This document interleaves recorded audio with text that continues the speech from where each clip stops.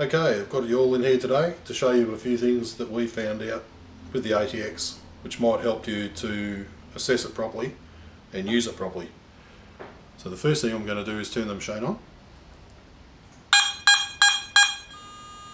The first thing you will notice, without any balancing or tuning, we've achieved a fairly smooth threshold.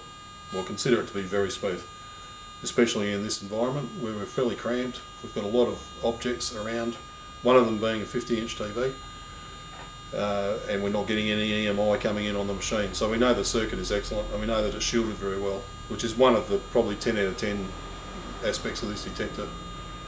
So the first thing I'm going to do is give you an idea that by running a smooth threshold, we're not masking any of the targets. So you'll notice I've got a 0.3 of a gram nugget here, and what I'm going to do is run this across the coil, and you're going to hear, going from a smooth threshold, the target signal is quite robust.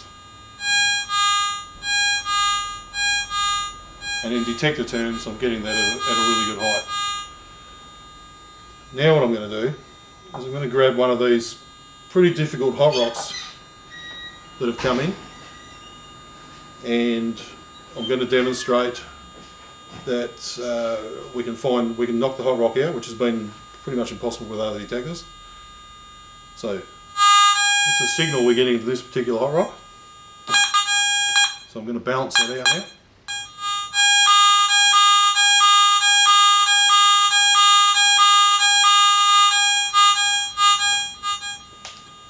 Okay, so she's gone, and we're not getting any signal off that particular hot rock. Now I'm going to put that 0.3 of a nugget on that hot rock, and I'm going to pass that across the coil. So you can hear I'm getting quite a good signal off that little piece of gold, which is there. Hot rock now, nothing. Another demonstration, I have a piece of gold in the end of this hot rock. So what I'm going to do firstly is I'm going to knock this out again with the gold in it.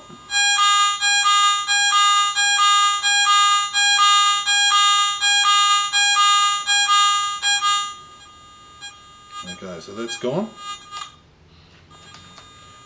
and I'm going to pass that across the coil and through the rock also. And just purpose of demonstration, I'm not getting any signal of any other part of that rock.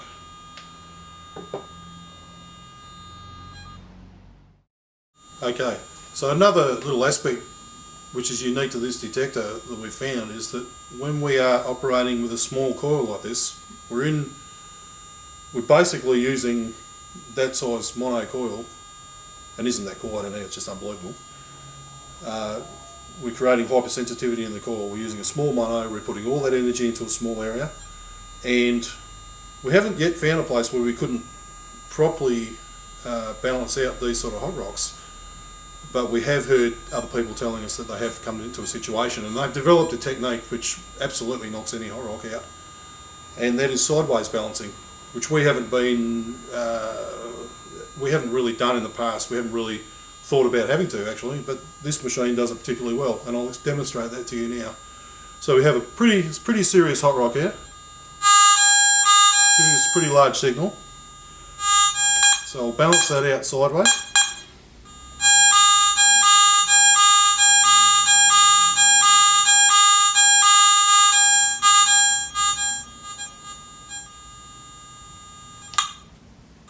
So that hot rock is now gone. That same small piece of gold, 0.3 of a gram, I'm going to put that on that hot rock.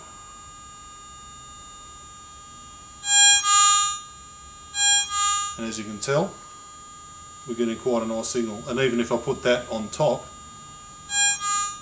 I'm still getting quite a nice signal off that small piece of gold.